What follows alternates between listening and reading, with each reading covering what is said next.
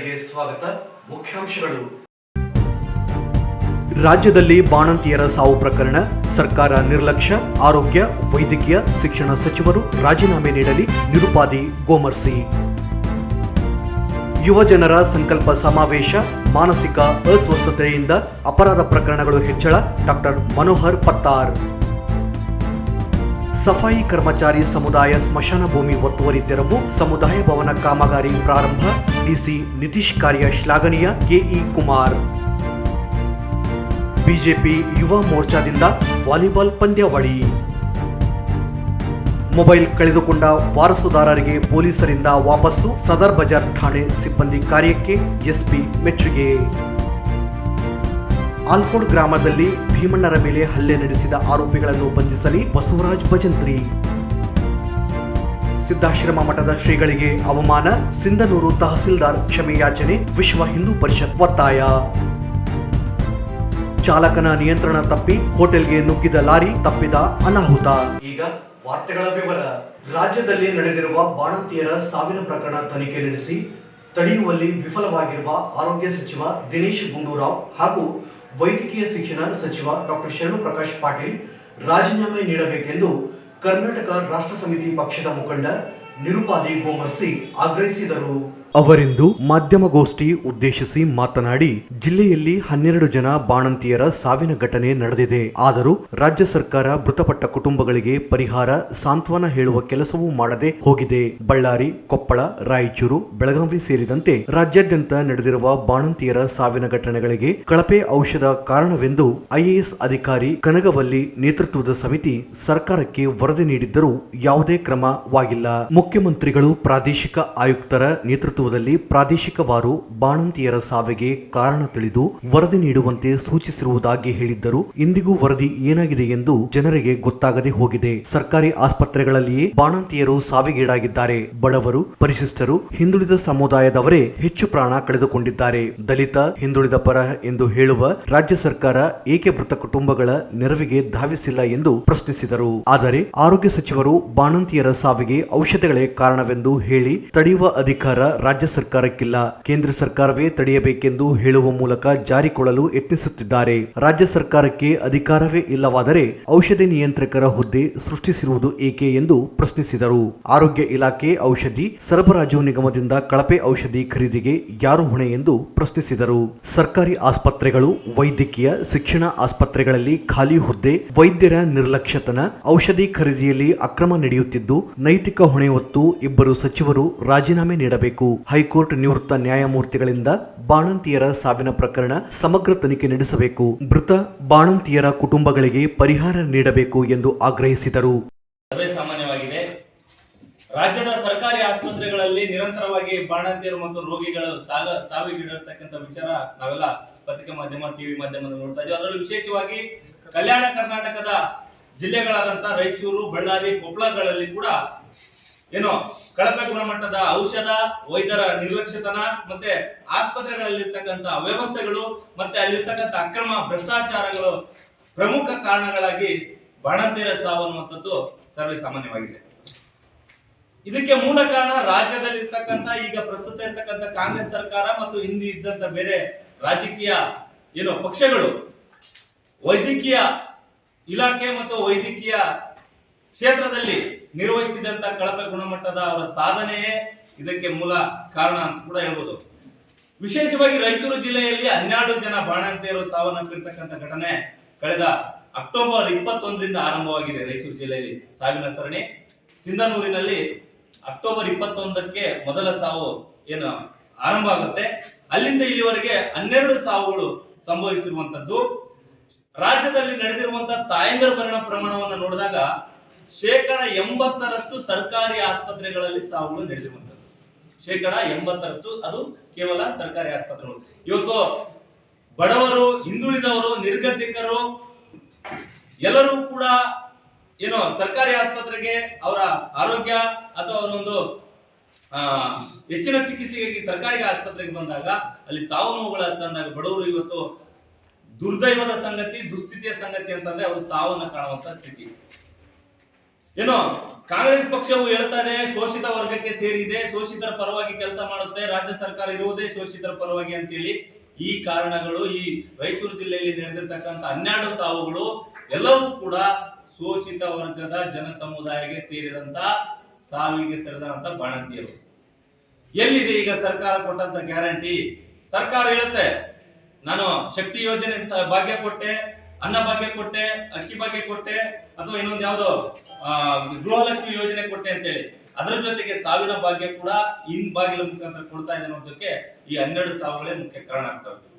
ಅದರಲ್ಲೂ ಇದರ ಬಗ್ಗೆ, ಈ ಸಾವುಗಳ ಬಗ್ಗೆ ಗಂಭೀರವಾದಂತ ಕಾನೂನು ಕ್ರಮ ಕೈಗೊಳ್ಳಬೇಕಾದಂತ ಆರೋಗ್ಯ ಮಂತ್ರಿ ದಿನೇಶ್ ಗುಂಡೂರಾವ್ ಅವರು ಕಿಂಚಿತ್ತೂ ಕಾಳಜಿಲ್ಲ ರಾಜ್ಯದ ಹೆಣ್ಣು ಮಕ್ಕಳ ಬಗ್ಗೆ, ಬಾಣಂತಿಯರ ಸಾವು ನೋವುಗಳ ಬಗ್ಗೆ ಜನರ ದಾರಿ ತಪ್ಪಿಸುವ ಕೆಲಸ ಮಾಡ್ತಾ ಇದ್ದಾರೆ. ಮೊನ್ನೆ ಯಾವ್ದೋ ಒಂದು ಪತ್ರಿಕೆಯಲ್ಲಿ ಆರ್ಟಿಕಲ್ ಬಂದಿದ್ದಾರೆ. ಆ ಪತ್ರಿಕೆಯಲ್ಲಿ ಸರ್ಕಾರಿ ಆಸ್ಪತ್ರೆಯಲ್ಲಿ ಕಳೆದ ಆಗಸ್ಟ್ ನಿಂದ ಇಲ್ಲಿವರೆಗೆ 60ಕ್ಕೂ ಹೆಚ್ಚು ಬಾಣಂತಿಯರ ಸಾವು ಸಂಭವಿಸಿದೆ. ಫೆಬ್ರವರಿಯಲ್ಲಿ ಪಾವಗಡದಲ್ಲಿ 3 ಸಂಭವಿಸಿರುವಂತದ್ದು. ಅಕ್ಟೋಬರ್ 2021 2024 ರಾಯಚೂರಿನಲ್ಲಿ ಸರಣಿ ಸಾವುಗಳು ಮುಂದುವರಿತವೆ. ಆದ್ರೆ ಬಳ್ಳಾರಿಯ ವಿಮ್ಸ್ ಆಸ್ಪತ್ರೆಯಲ್ಲಿ ಕೂಡ ಇದು ರಾಜ್ಯದ ಎಲ್ಲ ಸರ್ಕಾರಕ್ಕೆ ಮತ್ತೆ ರಾಜ್ಯದ ಜನರಿಗೆ ಗಮನ ಹರಿಸಿದಂತ ಮತ್ತು ಅದರ ಬಗ್ಗೆ ಈ ಸಾವಿನ ವಿಚಾರ ಬಗ್ಗೆ ವಿಸ್ತಾರವಾದಂತ ಮಾಹಿತಿ ಕೊಟ್ಟಿರುವಂತಂದ್ರೆ ಬಳ್ಳಾರಿಯ ವಿಮ್ಸ್ ಆಸ್ಪತ್ರೆಯಲ್ಲಿ 4 ಬಾಣಂತಿಯರ ಸಾವಾಗುತ್ತೆ. ಈ ಸಂದರ್ಭದಲ್ಲಿ ಬಸವಪ್ರಭು ಮೇಥ, ವಿಜಯ್ ಕುಮಾರ್ ಪೋಳ್, ಗಂಗಾ ನಾಯಕ್, ಶಂಕರಗೌಡ, ಶಿವರಾಜ್ ಕಪ್ಪಗಲ್, ಕುಮಾರ್ ನಾಯಕ್, ಆಂಜನೇಯ ಉಪಸ್ಥಿತರಿದ್ದರು. ಪ್ರತಿನಿತ್ಯ ಸಮಾಜದಲ್ಲಿ ಅತ್ಯಾಚಾರ, ಕೊಲೆ, ಸುಲಿಗೆಗಳಂತಹ ಅಪರಾಧ ಪ್ರಕರಣಗಳ ಸಂಖ್ಯೆ ಹೆಚ್ಚುತ್ತಿದೆ. ಇದಕ್ಕೆ ಮನಸ್ಸಿನ ಅಸ್ವಸ್ಥತೆ ಮೂಲಕ ಕಾರಣವಾಗಿದೆ ಎಂದು ಹಿರಿಯ ಮನೋರೋಗ ತಜ್ಞ ಡಾಕ್ಟರ್ ಮನೋಹರ್ ಪತ್ತಾರ್ ಹೇಳಿದರು. ನಗರದ ಐಎಂಎ ಸಭಾಂಗಣದಲ್ಲಿ ಎಐಡಿವೈಒ ವತಿಯಿಂದ ಹಮ್ಮಿಕೊಂಡಿದ್ದ ಮಹಿಳೆಯರ ಘನತೆ ಮತ್ತು ಮಾನವ ಮೌಲ್ಯ ಉಳಿಸೋಣ ಎಂಬ ಘೋಷವಾಕ್ಯದೊಂದಿಗೆ ರಾಯಚೂರು ಮತ್ತು ಯಾದಗಿರಿ ಜಿಲ್ಲಾ ಮಟ್ಟದ ಯುವಜನರ ಸಂಕಲ್ಪ ಸಮಾವೇಶವನ್ನು ಉದ್ಘಾಟಿಸಿ ಶನಿವಾರ ಮಾತನಾಡಿದರು.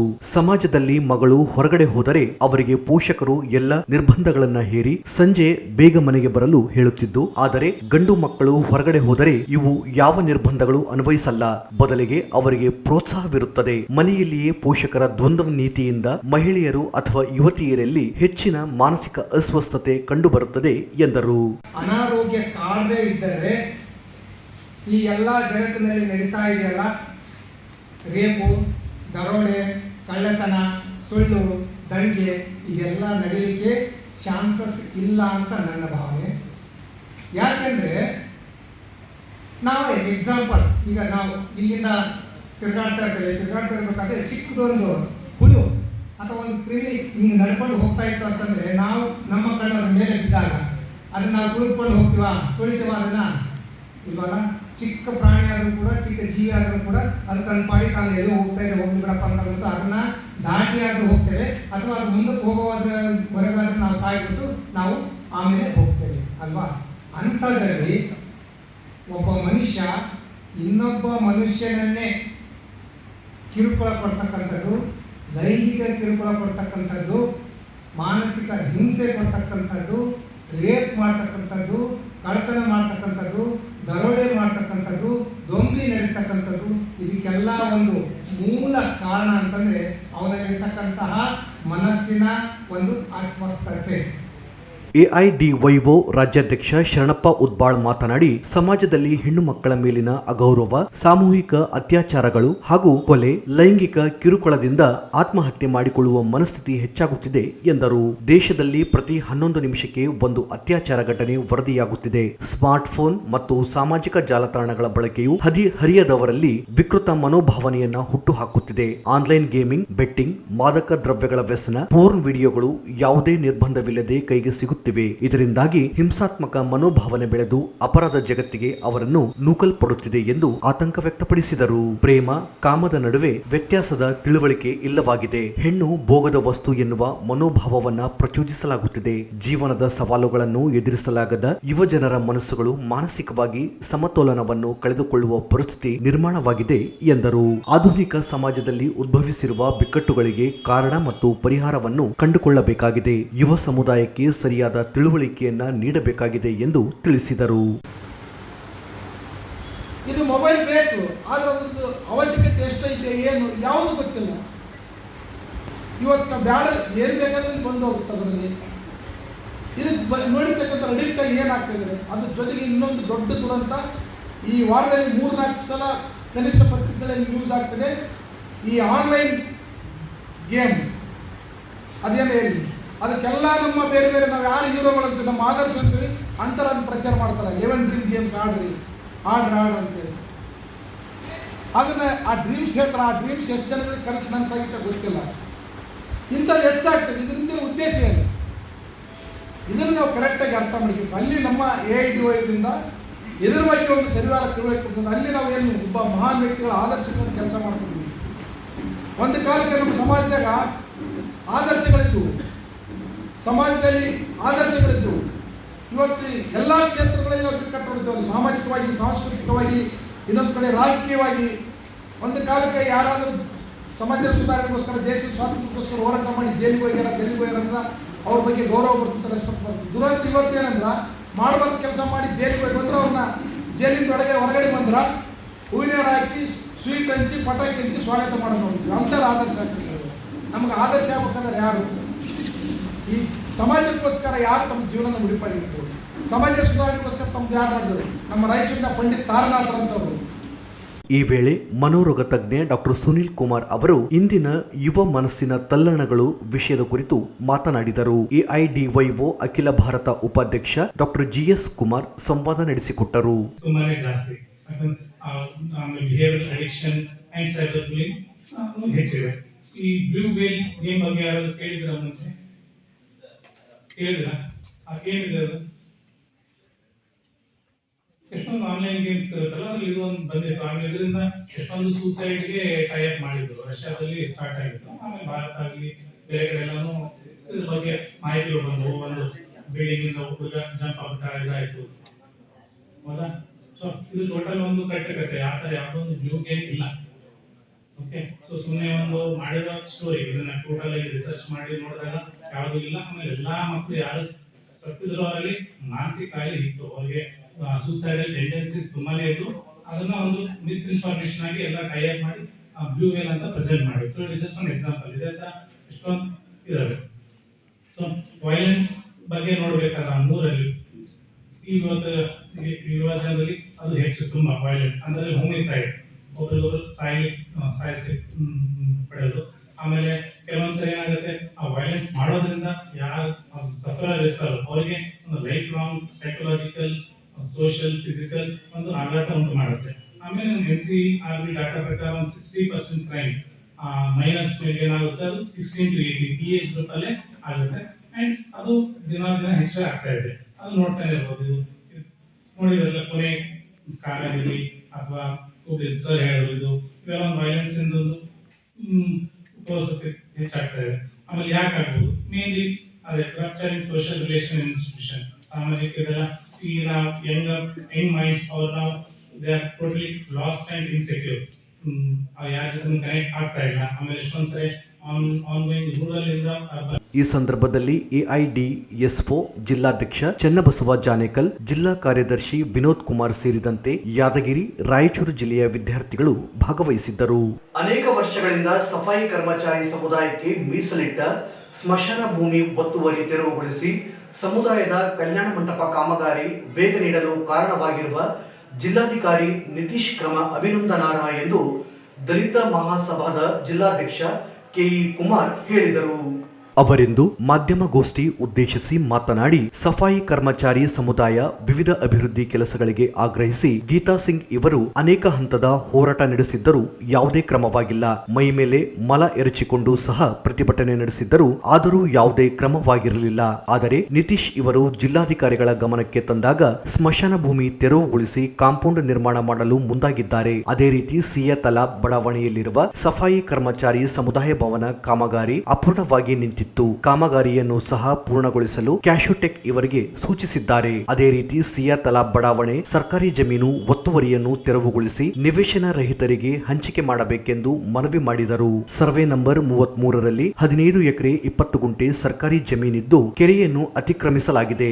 ಒತ್ತುವರಿ ನಗರಸಭೆ ಸದಸ್ಯರುಗಳು ಹಾಗೂ ಪೌರಾಯುಕ್ತರುಗಳೇ ಕಾರಣರಾಗಿದ್ದಾರೆ. ಬಡಾವಣೆ ನಗರಸಭೆ ಸದಸ್ಯರು ಒತ್ತುವರಿ ವಿರುದ್ಧ ಯಾರೊಬ್ಬರೂ ಮಾತನಾಡದೆ ಇರುವುದು ಅನುಮಾನಗಳಿಗೆ ಕಾರಣವಾಗಿದೆ. ಸರ್ಕಾರಿ ಜಮೀನು, ಕೆರೆ ಒತ್ತುವರಿ ಹಾಗೂ ಉದ್ಯಾನವನಗಳ ಒತ್ತುವರಿಯನ್ನು ತೆರವುಗೊಳಿಸಿ ನಿವೇಶನ ರಹಿತರಿಗೆ ಹಂಚಿಕೆ ಮಾಡಬೇಕು ಎಂದರು. ಸಣ್ಣ ನೀರಾವರಿ ಸಚಿವ ಎನ್ಎಸ್ ಬೋಸರಾಜು, ಶಾಸಕ ಡಾಕ್ಟರ್ ಶಿವರಾಜ್ ಪಾಟೀಲ್ ಸೇರಿದಂತೆ ಉಸ್ತುವಾರಿ ಸಚಿವರುಗಳ ಸಿಯಾತಲಾ ಬಡಾವಣೆ ಒತ್ತುವರಿ ತೆರವುಗೊಳಿಸಲು ಮುಂದಾಗಬೇಕು ಎಂದರು.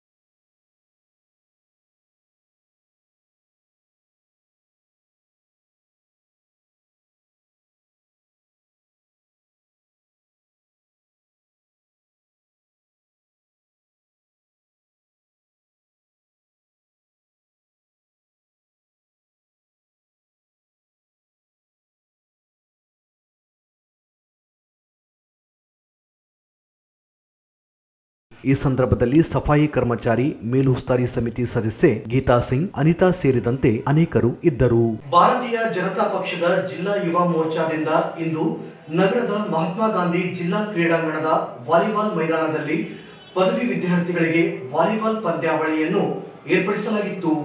ಪಂದ್ಯಾವಳಿಗಳಿಗೆ ನಗರಾಭಿವೃದ್ಧಿ ಪ್ರಾಧಿಕಾರದ ಮಾಜಿ ಅಧ್ಯಕ್ಷ ಕಡಗೋಲ ಆಂಜನೇಯ ಅವರು ಚಾಲನೆ ನೀಡಿದರು. ಪಂದ್ಯಾವಳಿಯಲ್ಲಿ ಜಿಲ್ಲೆಯ ವಿವಿಧ 12 ಕಾಲೇಜಿನ ಯುವಕ ಯುವತಿಯರ ತಂಡಗಳು ಭಾಗವಹಿಸಿದ್ದವು. ಇದೇ ವೇಳೆ ಬಿಜೆಪಿ ಜಿಲ್ಲಾ ಯುವ ಮೋರ್ಚಾದ ಅಧ್ಯಕ್ಷ ಎನ್ ವಿನಾಯಕ್ ರಾವ್ ಮಾತನಾಡಿ, ದೇಶದ ಮಾಜಿ ಪ್ರಧಾನಿ ಅಟಲ್ ಬಿಹಾರಿ ವಾಜಪೇಯಿ ಅವರ ಜನ್ಮ ಶತಮಾನೋತ್ಸವ ಮತ್ತು ನಾಳೆ ನಡೆಯುವ ಸ್ವಾಮಿ ವಿವೇಕಾನಂದರ ಜಯಂತಿ ಅಂಗವಾಗಿ ಯುವಕರಲ್ಲಿ ಉತ್ಸಾಹ, ಜಾಗೃತಿ ಮೂಡಿಸಲು ಹಲವು ಕಾರ್ಯಕ್ರಮಗಳನ್ನು ಹಮ್ಮಿಕೊಂಡಿದ್ದೇವೆ ಎಂದರು.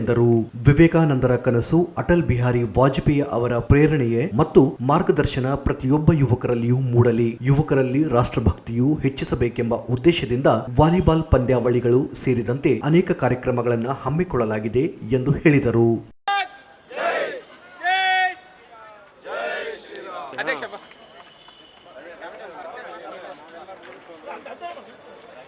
ಅಲ್ಲ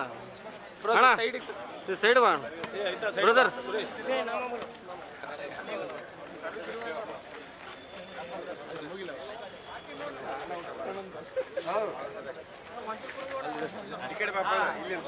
ನಮ್ಮ ವೀರನಗೌಡ ಮಾತಾಡೋದು, ವೀರನಗೌಡ ನಮ್ಮ ಇತ್ತು ಗಂಡವರು ಮಾತಾಡಿದ್ರೆ ಬಂದಿದ್ರಿ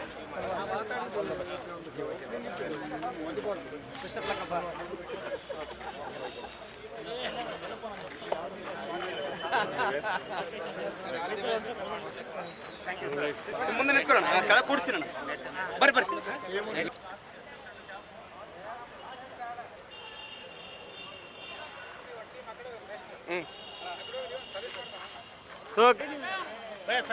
ಸರಿ ಲಯನ ಕಿಂದೆ ಇಸ್ಕೊಟ್ಟು ಸರಿ.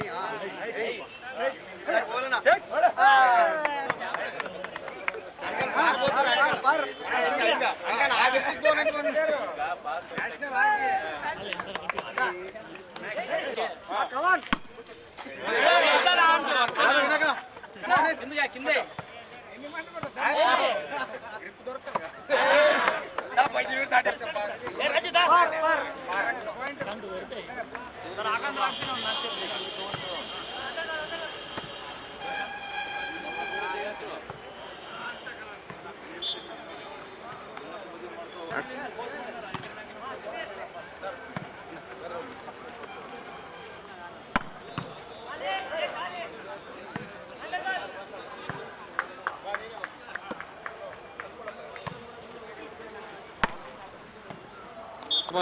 ಅವ್ರು ಇವ್ರದ್ದೇನು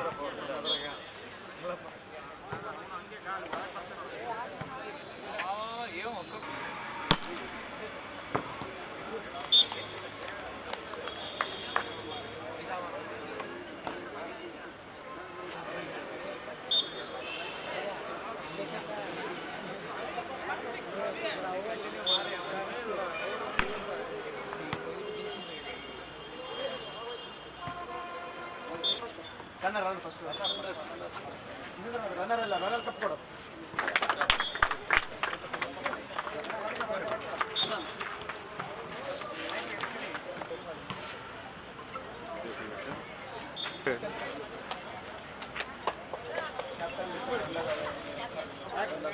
ಓಕೆ ರೈಟ್ ಬಂದೆ ಒನ್ ಸೆಕೆಂಡ್ ಸರ್ ಅಷ್ಟೇ ಇರ್ರಿ ಫೋಟೋ.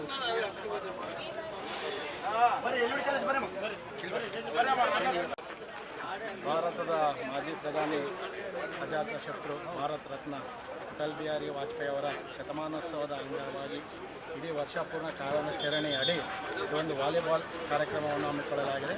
ಹಾಗೂ ನಾಳೆ ಸ್ವಾಮಿ ವಿವೇಕಾನಂದ ಜಯಂತಿ ಇರುವುದರಿಂದ ಒಂದು ಯೂತ್ ಡೇ, ಅದರ ಅಂಗವಾಗಿ ಇದೊಂದು ಭಾಗ ವಾಲಿಬಾಲ್ ಕಾರ್ಯಕ್ರಮ ಇಡೀ ರಾಜ್ಯದಲ್ಲೆಲ್ಲ ಈ ಒಂದು ಕಾರ್ಯಕ್ರಮವನ್ನು ಭಾರತೀಯ ಜನತಾ ಪಾರ್ಟಿ ಯುವ ಮೋರ್ಚಾ ವತಿಯಿಂದ ಹಮ್ಮಿಕೊಳ್ಳಲಾಗಿದೆ. ಈಗಾಗಲೇ ಸಾಕಷ್ಟು ಟೀಮ್ಗಳು ಪಾರ್ಟಿಸಿಪೇಟ್ ಆಗಿವೆ. 14 ಕಾಲೇಜಸ್ಗಳು ಭಾಗವಹಿಸಿವೆ. ಯುವತಿಯರು ಯುವಕರು ಎಲ್ಲ ಕಾಲೇಜುಗಳು ಇದರಲ್ಲಿ ಭಾಗವಹಿಸಿದೆ. ಯುವಕರಿಗೆ ಒಂದು ಪ್ರೇರಣೆ, ಅಟಲ್ ಬಿಹಾರಿ ವಾಜಪೇಯಿ ಅವರ ಮಾರ್ಗದರ್ಶನ, ಸ್ವಾಮಿ ವಿವೇಕಾನಂದ ಅವರ ಕನಸು ಮುಂದಿನ ದಿನಗಳಲ್ಲಿ ನನಸಾಗಬೇಕು. ಇಂಥ ಎಲ್ಲ ಯುವಕರು ಒಂದಾದರೂ ಒಂದು ಚಟುವಟಿಕೆಯಲ್ಲಿ ಭಾಗವಹಿಸಬೇಕೆಂದೇಳಿ ಅವರ ಚಿಂತನೆ ಮೇರೆಗೆ, ಅವರ ಒಂದು ಚಿಂತನೆ ಈ ಒಂದು ಈ ಒಂದು ಆಟದ ಪೂರ್ವವಾಗಿ ನಾವು ಇದೊಂದು ಕಾರ್ಯಕ್ರಮವನ್ನು ಹಮ್ಮಿಕೊಳ್ಳಲಾಗಿದೆ. ಭಾರತೀಯ ಯುವ ಮೋರ್ಚಾ ರಾಯಚೂರು ಜಿಲ್ಲೆ ಹಾಗೂ ರಾಯಚೂರು ನಗರ ಈ ಸಂದರ್ಭದಲ್ಲಿ ನಗರ ಯುವ ಮೋರ್ಚಾ ಅಧ್ಯಕ್ಷ ಉಪ್ಪಿಟ್ ರಾಜಶೇಖರ್, ಜಿಲ್ಲಾ ಪ್ರಧಾನ ಕಾರ್ಯದರ್ಶಿಗಳಾದ ಸಂತೋಷ್ ರಾಜಗುರು, ರವೀಂದ್ರ ಜಾಲ್ದಾರ್, ನಗರ ಮಂಡಲ ಪ್ರಧಾನ ಕಾರ್ಯದರ್ಶಿಗಳಾದ ಪಲಗುಲ ನಾಗರಾಜ, ವಿಜಯ್ ಕುಮಾರ್ ಸಜ್ಜನ್, ಎಸ್ಸಿ ಮೋರ್ಚಾ ನಗರ ಅಧ್ಯಕ್ಷರಾದ ಜೆಎಂ ಮೌನೇಶ್, ಬಿಜೆಪಿ ಹಿರಿಯ ಮುಖಂಡರಾದ ಬಂಡೇಶ್ ವಲ್ಕಂದಿನ್ನಿ, ಡಾಕ್ಟರ್ ನಾಗರಾಜ್ ಬಾಲ್ಕಿ, ಯು ನರಸಾರೆಡ್ಡಿ, ವಿಜಯ ಭಾಸ್ಕರ್, ಜಿಲ್ಲಾ ಯುವ ಮೋರ್ಚಾ ಪ್ರಧಾನ ಕಾರ್ಯದರ್ಶಿಗಳಾದ ಓ ಕಾರ್ತಿಕ್ ರೆಡ್ಡಿ, ರವಿಗೌಡ ಮೀರಾಪುರ್, ಜಿಲ್ಲಾ ಮತ್ತು ನಗರ ಯುವ ಮೋರ್ಚಾ ಪದಾಧಿಕಾರಿಗಳಾದ ಬಂಕ ರಾಕೇಶ್, ಶಶಾಂಕ್ ಲಿಂಗಾರೆಡ್ಡಿ ಹೊಸೂರು, ಸಿದ್ರಾಮ್, ಸಂದೀಪ್ ಕುಮಾರ್, ವಿಜಯ್ ಕುಮಾರ್, ಇಕ್ಲಾಸ್ಪುರ್, ನರೇಶ್, ಮಹೇಶ್ ನಾಯಕ್, ಮನ್ಸಲಾಪುರ್, ಶಿಕ್ಷಕರುಗಳಾದ ಧನಂಜಯ್, ರವಿ ಬೋಲ್ಟ್, ಸಾಬುಗೌಡ, ಮುಕ್ತಾರ್ ಅಹಮದ್ ಮತ್ತು ಇನ್ನಿತರರು ಉಪಸ್ಥಿತರಿದ್ದರು. ಮೊಬೈಲ್ ಕಳೆದು ಹೋದ ಪ್ರಕರಣಗಳಿಗೆ ಸಂಬಂಧಿಸಿದಂತೆ ಮೊಬೈಲ್ ಫೋನ್ಗಳನ್ನು ಪತ್ತೆ ಹಚ್ಚಿ ಮಾಲೀಕರಿಗೆ ವಿತರಿಸಿರುವುದು ಅತ್ಯಂತ ಶ್ಲಾಘನೀಯ ವಿಚಾರ. ಇದೇ ರೀತಿ ಜನರಿಗೆ ಅನುಕೂಲವಾಗುವಂತೆ ಪೊಲೀಸ್ ಇಲಾಖೆಯಿಂದ ಸೇವೆ ಸಲ್ಲಿಸಲಾಗುತ್ತದೆ ಎಂದು ಎಸ್ಪಿ ಪುಟ್ಟಮಾದಯ್ಯ ಹೇಳಿದರು. ನಗರದ ಸದಾರ್ ಬಜಾರ್ ಪೊಲೀಸ್ ಠಾಣೆ ವ್ಯಾಪ್ತಿಯಲ್ಲಿ ಕಳೆದು ಹೋದ ಮೊಬೈಲ್ ಫೋನ್ಗಳನ್ನು ಮೊಬೈಲ್ ಮಾಲೀಕರಿಗೆ ವಾಪಸ್ ನೀಡುವ ಕಾರ್ಯಕ್ರಮವನ್ನ ಉದ್ದೇಶಿಸಿ ಶುಕ್ರವಾರ ಮಾತನಾಡಿ ಮೊಬೈಲ್ ಕಳೆದುಕೊಂಡ ಮಾಲೀಕರಿಗೆ ಅವರ ಮೊಬೈಲ್ ಫೋನ್ಗಳನ್ನು ಪತ್ತೆ ಹಚ್ಚಿ ವಿತರಿಸಲಾಗುತ್ತಿದೆ. ಮುಂದಿನ ದಿನಗಳಲ್ಲಿ ಉತ್ತಮವಾಗಿ ಸೇವೆ ಸಲ್ಲಿಸುತ್ತಿರುವ ಅಧಿಕಾರಿ ಸಿಬ್ಬಂದಿಯವರಿಗೆ ಪ್ರೋತ್ಸಾಹಿಸುವ ನಿಟ್ಟಿನಲ್ಲಿ ಪ್ರಮಾಣ ಪತ್ರವನ್ನು ನೀಡಲಾಗುತ್ತದೆ. ಜೊತೆಗೆ ಅವರ ಕಾರ್ಯ ಇತರರಿಗೂ ಪ್ರೇರಣೆಯಾಗಲಿದೆ ಎಂದು ತಿಳಿಸಿದರು. ಸದಾರ್ ಬಜಾರ್ ಪೊಲೀಸ್ ಠಾಣಾ ವ್ಯಾಪ್ತಿಯಲ್ಲಿ ಕಳೆದು ಹೋದ 17 ಮೊಬೈಲ್ಗಳನ್ನು ಅವುಗಳ ಮಾಲೀಕರಿಗೆ ವಿತರಿಸಲಾಯಿತು.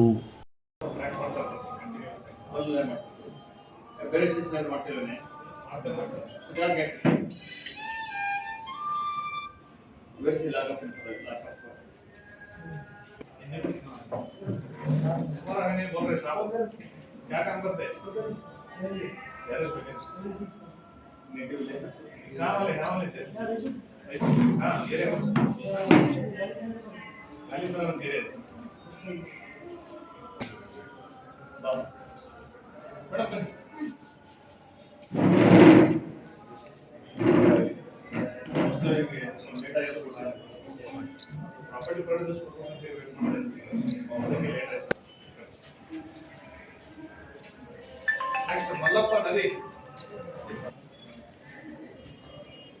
ಮಹದೇವಪ್ಪ ಸಣ್ಣ ಆಂಜನೇಯ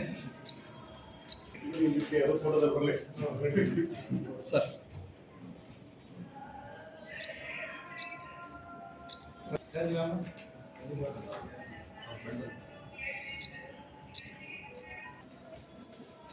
ಮಲ್ಲು ಶರಣ ಬಸವ ಸಣ್ಣ ನಸಪ್ಪ ಶಶಿಕುಮಾರ್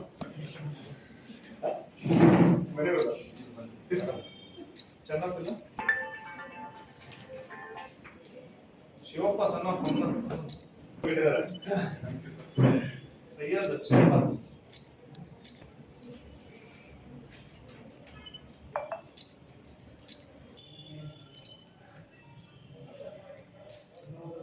ಸರ್ ಅಷ್ಟೇ ಸರ್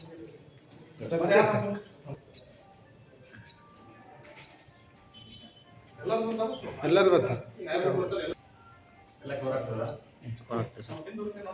ಇಲ್ಲ ಸರ್ ಮಾಡಿ ಸೆಟ್ ಮಾಡಿ ಸರ್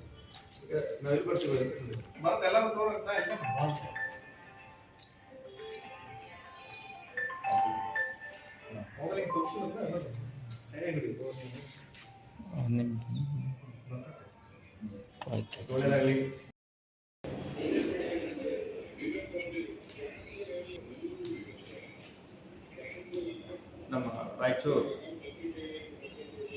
ಸಿಟಿಯಲ್ಲಿ ಸದರ್ ಬಜಾರ್ ಪೊಲೀಸ್ ಸ್ಟೇಷನ್ನಲ್ಲಿ ಉಮೇಶ್ ಕಾಂಬ್ಳೆ ಪೊಲೀಸ್ ಇನ್ಸ್ಪೆಕ್ಟರ್ ಮತ್ತು ನರಸಮ್ಮ PSI ಮತ್ತು ಅವರ ಸಿಬ್ಬಂದಿಗಳಾದ ಶಿವಾನಂದ ಮಠಪತಿ ಮತ್ತು ರೂಪ ಇವ್ರುಗಳು ಕಂಟಿನ್ಯೂಸ್ ಆಗಿ ಯಾರು ಮೊಬೈಲ್ ಕಳ್ಕೊಂಡಿದ್ದಾರೆ ಆ ಟೆಕ್ನಿಕಲ್ ಆಗಿ ತುಂಬ ವಾಚ್ ಮಾಡಿ 17 ಮೊಬೈಲ್ಗಳನ್ನು ಸೆಕ್ಯೂರ್ ಮಾಡಿದ್ದಾರೆ. ಅಷ್ಟು ಮೊಬೈಲ್ಗಳನ್ನ ಸಂಬಂಧಪಟ್ಟ ಮಾಲೀಕರಿಗೆ ಇವತ್ತು ವಿತರಣೆ ಕೂಡ ಮಾಡಿದ್ವಿ ಕೋರ್ಟ್ ಆದೇಶದ ಮೇರೆಗೆ. ಹಾಗಾಗಿ ಇಂದು ನಮ್ಮ ಅಧಿಕಾರಿಗಳಾದ ಉಮೇಶ್, ನರಸಮ್ಮ, ಶಿವಾನಂದ ಮಠಪತಿ ಮತ್ತು ರೂಪ ಇವುಗಳನ್ನು ಅಭಿನಂದಿಸ್ತೇನೆ. ಮತ್ತು ಪ್ರತಿ ವಾರದ ಕೊನೆಯಲ್ಲಿ ಯಾರು ನಮ್ಮ ಅಧಿಕಾರಿ ಸಿಬ್ಬಂದಿಗಳು ಈ ಥರ ಒಳ್ಳೆಯ ಕೆಲಸ ಮಾಡಿದ್ದಾರೆ ಅವ್ರನ್ನ ಕರೆದು ಅವ್ರಿಗೆ ಒಂದು ಪ್ರಮಾಣ ಪತ್ರ, ಅವರ ಈ ಒಂದು ಇಲಾಖೆ ಬಗ್ಗಿರುವಂಥ ಕಮಿಟ್ಮೆಂಟ್ನ ಪರಿಗಣಿಸಿ ಅವರು ಸರ್ಟಿಫಿಕೇಟ್ ಕೊಡೋದ್ರ ಜೊತೆಗೆ ಮತ್ತೆ ಇವ್ರು ಏನು ಮಾಡಿದ್ದಾರೆ ಈ ಥರದ ಕಮಿಟಿ ಕೆಲಸಗಳನ್ನ ಬೇರೆ ಅಧಿಕಾರಿ ಸಿಬ್ಬಂದಿಯವರು ಕೂಡ ಮಾಡಲಿ ಅಂತೇಳಿ ಅವರು ಕೂಡ ಒಂದು ಸ್ಫೂರ್ತಿ ಆಗಲಿ ಅಂತೇಳಿ ಒಂದು ಕೆಲಸ ಮಾಡ್ತೀವಿ. ಮತ್ತು ಒಂದಷ್ಟು ಕ್ಯಾಶ್ ಪ್ರೈಸ್ ಕೂಡ ಅವತ್ತು ಕವರ್ ಮಾಡ್ತಾರೆ. Thank you.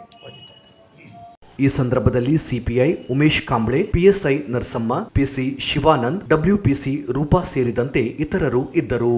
ದೇವದುರ್ಗ ತಾಲೂಕಿನ ಆಲ್ಕೋಡ್ ಗ್ರಾಮದಲ್ಲಿ ಭೀಮಣ್ಣ ಆಲ್ಕೋಡ್ ಹಾಗೂ ಅವರ ಕುಟುಂಬದವರ ಮೇಲೆ ನಡೆದ ಮಾರಣಾಂತಿಕ ಹಲ್ಲೆ ಘಟನೆಗೆ ಕಾರಣವಾದವರನ್ನು ಪೊಲೀಸರು ಬಂಧಿಸದೆ ನಿರ್ಲಕ್ಷ್ಯ ವಹಿಸಿದ್ದಾರೆ ಎಂದು ಅಖಿಲ ಕರ್ನಾಟಕ ಕುಳುವ ಮಹಾಸಂಘದ ರಾಜ್ಯ ಮಾಜಿ ಉಪಾಧ್ಯಕ್ಷ ಬಸವರಾಜ್ ಭಜಂತ್ರಿ ಆಗ್ರಹಿಸಿದರು.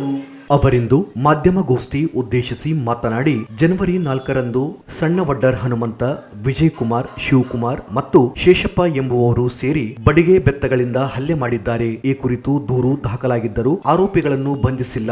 ಗ್ರಾಮದ ಮುಖಂಡ ಚೆನ್ನಪ್ಪ ಗೌರ ಇವರ ಪ್ರಚೋದನೆ ಮೇಲೆ ಘಟನೆ ನಡೆದಿದ್ದು ಕೂಡಲೇ ಬಂಧಿಸಬೇಕು ಎಂದರು. ಸರ್ವೆ ನಂಬರ್ 27/3ರಲ್ಲಿ 4 ಎಕರೆ ಭೂಮಿಯನ್ನು ಖರೀದಿ ಮಾಡಿದ್ದು ಮಕ್ಕಳೊಂದಿಗೆ ಜಮೀನು ನೋಡಲು ಹೋದಾಗ ಘಟನೆ ನಡೆದಿದೆ. ಈಗಾಗಲೇ ಜಮೀನು ಖರೀದಿ ನೋಂದಣಿ ಸಹ ಆಗಿದ್ದು ಭೂಮಿಯನ್ನು ನೀಡದೆ ತಡೆಯಲಾಗುತ್ತಿದೆ ಎಂದರು. ಪೊಲೀಸ್ ಅಧಿಕಾರಿಗಳ ನಿರ್ಲಕ್ಷ್ಯವಿದ್ದು ಕೂಡಲೇ ಆರೋಪಿಗಳನ್ನ ಬಂಧಿಸಿ ಭೀಮಣ್ಣ ಆಲ್ಕೋಡ್ ಇವರ ಕುಟುಂಬಕ್ಕೆ ರಕ್ಷಣೆ ನೀಡಬೇಕು ಎಂದರು.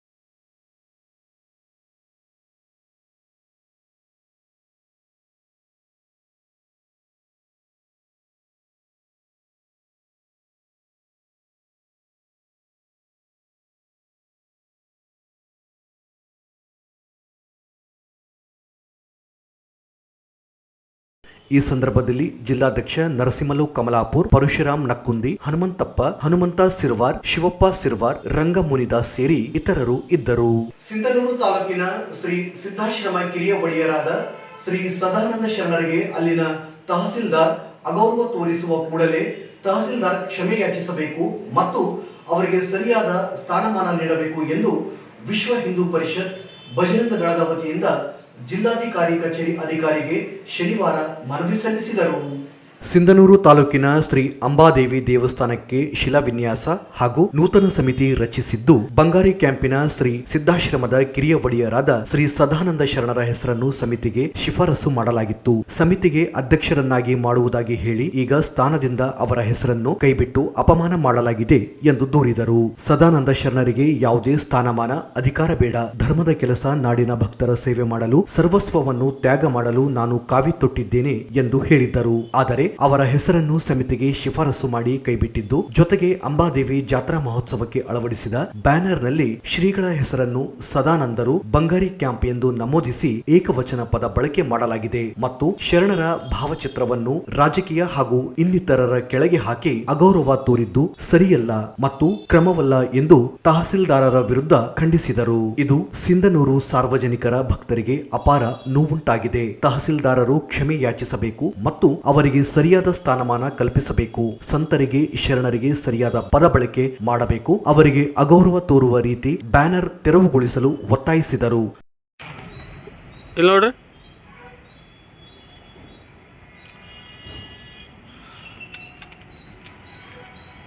ಓಕೆ.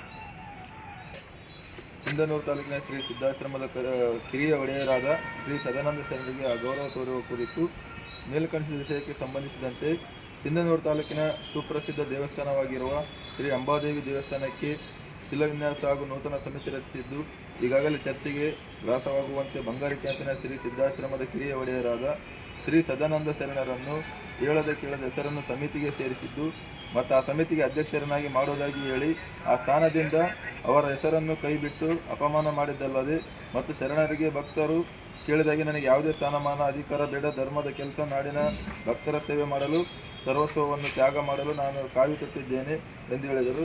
ನಾವು ಶರಣರ ಮಾತಿಗೆ ತಲೆಯಬಾಗಿ ಮೌನಕ್ಕೆ ಶರಣಾಗಿ ಮರಳಿದ್ದೇವೆ. ಈಗ ಮತ್ತೊಮ್ಮೆ ಅವಮಾನ ಆಗಿದೆ. ಶ್ರೀ ಅಂಬಾದೇವಿ ಜಾತ್ರೆ ಮಹೋತ್ಸವಕ್ಕೆ ಬ್ಯಾನರ್ ಅಳವಡಿಕೆ ಮಾಡಿದ್ದು, ಆ ಬ್ಯಾನರಲ್ಲಿ ಸದಾನಂದರು ಬಂಗಾರಿ ಕ್ಯಾಂಪ್ ಎಂದು ಏಕವಚನದಲ್ಲಿ ಪದ ಬಳಸಿದ್ದು ಮತ್ತು ಶರಣರ ಭಾವಚಿತ್ರವನ್ನು ರಾಜಕೀಯ ಹಾಗೂ ಇನ್ನಿತರ ಕೆಳಗೆ ಹಾಕಿ ಉನ್ನತ ಸ್ಥಾನಮಾನ ನೀಡಿ ಹಾಕಬೇಕಿತ್ತು. ಅದನ್ನು ಬಿಟ್ಟು ಕೆಳಗೆ ಹಾಕಿ ಅಗೌರವ ತೋರಿದ್ದು ಸರಿಯಲ್ಲ. ಅದರಿಂದ ಸಿಂಧನೂರು ಸಾರ್ವಜನಿಕ ಭಕ್ತರಿಗೆ ಅಪಾರ ನೋವುಂಟಾಗಿದೆ. ಆದ ಕಾರಣ ತಹಸೀಲ್ದಾರರು, ತಾಲೂಕು ದಂಡಾಧಿಕಾರಿಗಳು ಸಿಂಧನೂರು ಇವರ ಕ್ಷಮೆಯಾಚಿಸಬೇಕು ಮತ್ತು ಅವರಿಗೆ ಸರಿಯಾದ ಸ್ಥಾನಮಾನ ಕಲ್ಪಿಸಬೇಕು. ಸಂತರಿಗೆ, ಶರಣರಿಗೆ ಸರಿಯಾದ ಪದ ಬಳಕೆ ಮಾಡಬೇಕು. ಅವರಿಗೆ ಅಗೌರವ ತೋರಿದ ರೀತಿ ಬ್ಯಾನರ್, ಫ್ಲೆಕ್ಸ್ ಯಾವುದೇ ರೀತಿ ಅಳವಡಿಕೆ ಮಾಡಬಾರದೆಂದು ಈ ಮೂಲಕ ಸಿಂಧನೂರು ಸಾರ್ವಜನಿಕ ಭಕ್ತರು ಹಾಗೂ ಸರ್ವ ಹಿಂದೂ ಸಮಾಜದ ಪರವಾಗಿ ವಿನಂತಿಸಿಕೊಳ್ಳುತ್ತೇವೆ. ಕ್ರಮಕ್ಕಾಗಿ ಒತ್ತಾಯ. ಸಂತರಿಗೆ, ಶರಣರಿಗೆ ಜಾತ್ರೆ ಮಹೋತ್ಸವ ಹಾಗೂ ಇನ್ನಿತರ ಕಾರ್ಯಕ್ರಮಗಳಲ್ಲಿ ಅಗೌರವ ತೋರುವ ರೀತಿ ಯಾವುದೇ ಬ್ಯಾನರ್ ಮತ್ತು ಫ್ಲೆಕ್ಸ್ ಅಳವಡಿಸಬಾರದು. ನಮ್ಮ ನಾಡು ಸಂತರ ನಾಡು ಆದ ಕಾರಣ ಸಂತರನ್ನು ಏಕವಚನದಲ್ಲಿ ನಿಂದಿಸಿ ಬ್ಯಾನರ್ ಅಳವಡಿಕೆ ಮಾಡಿದ್ದು ಮಾನ್ಯ ತಹಸೀಲ್ದಾರರು, ಕಾರ್ಯನಿರ್ವಾಹಕ ಅಧಿಕಾರಿಗಳು, ಶ್ರೀ ಅಂಬಾದೇವಿ ಸಮಿತಿ ಸೋಮಲಾಪುರ ಇವರು ಕ್ಷಮೆಯಾಚಿಸಬೇಕು. ನಮ್ಮ ಜಿಲ್ಲೆಯವರನ್ನು ಬಿಟ್ಟು ಬೇರೆಯೊಬ್ಬರನ್ನು ಧಾರ್ಮಿಕ ದತ್ತಿ ಇಲಾಖೆ ಅಡಿ ಹಾಕಿರುವ ಭಾವಚಿತ್ರವನ್ನು ತೆಗೆಯಬೇಕೆಂದು ಈ ಒಂದು ಮಾನ್ಯ ಜಿಲ್ಲಾಧಿಕಾರಿಗಳಿಗೆ ಮನವಿಯನ್ನು. ಈ ಸಂದರ್ಭದಲ್ಲಿ ಶರಣಬಸವ, ಪ್ರವೀಣ್ ಕುಮಾರ್, ಬಸವರಾಜ್ ಇದ್ದರು. ಭತ್ತದ ಹೊಟ್ಟು ಸಾಗಾಣಿಕೆ ಮಾಡುತ್ತಿದ್ದ ಲಾರಿ ಚಾಲಕನ ನಿಯಂತ್ರಣ ತಪ್ಪಿ ರಸ್ತೆ ಬದಿಯಲ್ಲಿದ್ದ ಹೋಟೆಲ್ಗೆ ನುಗ್ಗಿದ ಘಟನೆ ನಗರದ ಹೊರವಲಯದ ಎರ್ಮರಸ್ ಬೈಪಾಸ್ ಬಳಿ ಶುಕ್ರವಾರ ಜರುಗಿದೆ. ಘಟನೆಯಿಂದ ಯಾವುದೇ ಪ್ರಾಣಹಾನಿ ಸಂಭವಿಸಿಲ್ಲ. ರಸ್ತೆ ಬದಿಯಲ್ಲಿದ್ದ ಫಾಸ್ಟ್ ಫುಡ್ ಸೆಂಟರ್ ಹಾಗೂ ಹೋಟೆಲ್ಗೆ ನುಗ್ಗಿ ಪಲ್ಟಿಯಾಗಿದ್ದರ ಪರಿಣಾಮ ಹೋಟೆಲ್ ತುಂಬೆಲ್ಲ ಹೊಟ್ಟು ತುಂಬಿಕೊಂಡಿದ್ದು, ಜೊತೆಗೆ ಲಕ್ಷಾಂತರ ರೂಪಾಯಿ ಮೌಲ್ಯದ ವಸ್ತುಗಳು ಜಖಂ ಆಗಿವೆ. ರಾಯಚೂರಿನಿಂದ ಹೈದರಾಬಾದ್ ಕಡೆಗೆ ಭತ್ತದ ಹೊಟ್ಟನ್ನ ತುಂಬಿಕೊಂಡು ಹೋಗುತ್ತಿತ್ತು. ಬೈಪಾಸ್ ಬಳಿಯ ವೃತ್ತದಲ್ಲಿ ಚಾಲಕನ ನಿಯಂತ್ರಣ ತಪ್ಪಿದೆ. ಹೋಟೆಲ್ನ ಟಿನ್ ಶೆಡ್ ಹಾನಿಯಾಗಿದ್ದು, ಹೋಟೆಲ್ನಲ್ಲಿರುವ ಪೀಠೋಪಕರಣಗಳು ಹಾಗೂ ಇತರೆ ವಸ್ತುಗಳು ಕೂಡ ಹಾಳಾಗಿವೆ. ಸ್ಥಳದಲ್ಲಿದ್ದುವರು ಪ್ರಾಣಾಪಾಯದಿಂದ ಪಾರಾಗಿದ್ದಾರೆ. ಇದರಿಂದ ಭಾರಿ ಅನಾಹುತ ತಪ್ಪಿದಂತಾಗಿದೆ. ಓವರ್ಲೋಡ್ ತುಂಬಿಕೊಂಡು ಹೋಗುತ್ತಿದ್ದರಿಂದ ಲಾರಿ ಪಲ್ಟಿಯಾಗಿದೆ ಎಂದು ತಿಳಿದು ಬಂದಿದೆ. ಗ್ರಾಮೀಣ ಪೊಲೀಸ್ ಠಾಣೆ ವ್ಯಾಪ್ತಿಯಲ್ಲಿ ಘಟನೆ ನಡೆದಿದೆ.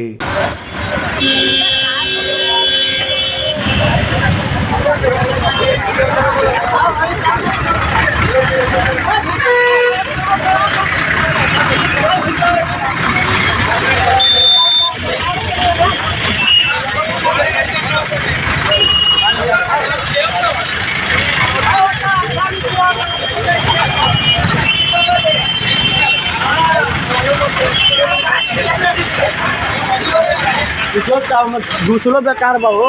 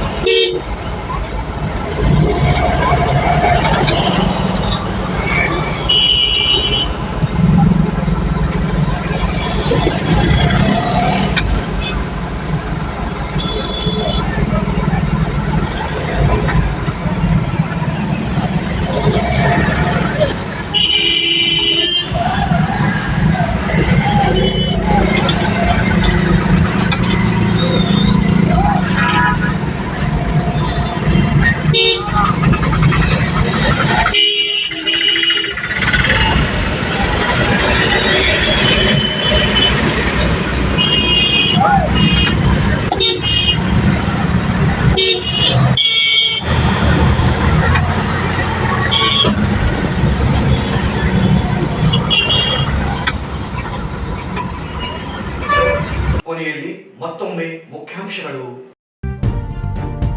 ರಾಜ್ಯದಲ್ಲಿ ಬಾಣಂತಿಯರ ಸಾವು ಪ್ರಕರಣ, ಸರ್ಕಾರ ನಿರ್ಲಕ್ಷ್ಯ, ಆರೋಗ್ಯ ವೈದ್ಯಕೀಯ ಶಿಕ್ಷಣ ಸಚಿವರು ರಾಜೀನಾಮೆ ನೀಡಲಿ, ನಿರುಪಾದಿ ಗೋಮರ್ಸಿ. ಯುವ ಜನರ ಸಂಕಲ್ಪ ಸಮಾವೇಶ, ಮಾನಸಿಕ ಅಸ್ವಸ್ಥತೆಯಿಂದ ಅಪರಾಧ ಪ್ರಕರಣಗಳು ಹೆಚ್ಚಳ, ಡಾಕ್ಟರ್ ಮನೋಹರ್ ಪತ್ತಾರ್. ಸಫಾಯಿ ಕರ್ಮಚಾರಿ ಸಮುದಾಯ ಸ್ಮಶಾನ ಭೂಮಿ ಒತ್ತುವರಿ ತೆರವು, ಸಮುದಾಯ ಭವನ ಕಾಮಗಾರಿ ಪ್ರಾರಂಭ, ಡಿಸಿ ನಿತೀಶ್ ಕಾರ್ಯ ಶ್ಲಾಘನೀಯ, ಕೆಇ ಕುಮಾರ್. ಬಿಜೆಪಿ ಯುವ ಮೋರ್ಚಾದಿಂದ ವಾಲಿಬಾಲ್ ಪಂದ್ಯಾವಳಿ. ಮೊಬೈಲ್ ಕಳೆದುಕೊಂಡ ವಾರಸುದಾರರಿಗೆ ಪೊಲೀಸರಿಂದ ವಾಪಸ್ಸು, ಸದರ್ ಬಜಾರ್ ಠಾಣೆ ಸಿಬ್ಬಂದಿ ಕಾರ್ಯಕ್ಕೆ ಎಸ್ಪಿ ಮೆಚ್ಚುಗೆ. ಆಲ್ಕೋಡ್ ಗ್ರಾಮದಲ್ಲಿ ಭೀಮಣ್ಣರ ಮೇಲೆ ಹಲ್ಲೆ ನಡೆಸಿದ ಆರೋಪಿಗಳನ್ನು ಬಂಧಿಸಲಿ, ಬಸವರಾಜ್ ಭಜಂತ್ರಿ. ಸಿದ್ದಾಶ್ರಮ ಮಠದ ಶ್ರೀಗಳಿಗೆ ಅವಮಾನ, ಸಿಂಧನೂರು ತಹಸೀಲ್ದಾರ್ ಕ್ಷಮೆಯಾಚನೆ, ವಿಶ್ವ ಹಿಂದೂ ಪರಿಷತ್ ಒತ್ತಾಯ. ಚಾಲಕನ ನಿಯಂತ್ರಣ ತಪ್ಪಿ ಹೋಟೆಲ್ಗೆ ನುಗ್ಗಿದ ಲಾರಿ, ತಪ್ಪಿದ ಅನಾಹುತ. ಇಲ್ಲಿಗೆ ಮೇಘ ವಾರ್ತೆಗಳು ಮುಕ್ತಾಯವಾದವು. ಮುಂದಿನ ಮೇಘ ವಾರ್ತೆಗಳೊಂದಿಗೆ ಪುನಃ ಭೇಟಿಯಾಗೋಣ. ವಂದನೆಗಳು.